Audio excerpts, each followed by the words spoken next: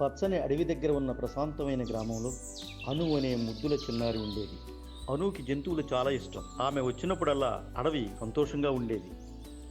శుభోదయం అడవి, శుభోదయం నా స్నేహితులు. ఒకరోజు ఉదయం అనుకు ఒక బలహీనమైన ఏడుపు వినిపిస్తుంది.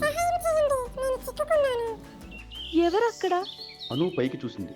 ముళ్లతో ఉన్న కొమ్మల్లో ఒక చిలుక చిక్కుకుని పోయింది. నేను నీకు సహాయం చేస్తాను. అను చాలా జాగ్రత్తగా ముళ్లను తీసేసి చిలుక రెక్కకు కట్టుకట్టింది. ఏమీ కాదు, నువ్వు త్వరలో బాగుపడతావు. అప్పుడే అక్కడకు ఒక కుందేలు గెంతుకుంటూ వచ్చింది. ఏమైంది చిన్న కుందేలు? నాకు చాలా దాహంగా ఉంది, నేను దాహెక్కిపోయాను. అను కుందేలుకు నీళ్లు ఇచ్చి సరైన దారి చూపించింది. ధన్యవాదాలు అను, నీ దాన్ని ఇప్పటికీ మర్చిపోలేను. కొన్ని రోజుల తరువాత అనునే అడవిలో దారి తప్పిపోయింది. నాకు భయంగా ఉంది, నేను ఇంటికి వెళ్ళాలనుకుంటున్నాను. భయపడకు అను, సరైన దారిని చూపిస్తాను. నన్ను అనుసరించు.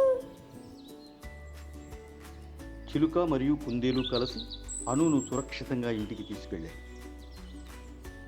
ధన్యవాదాలు నా ప్రియమైన స్నేహితులు.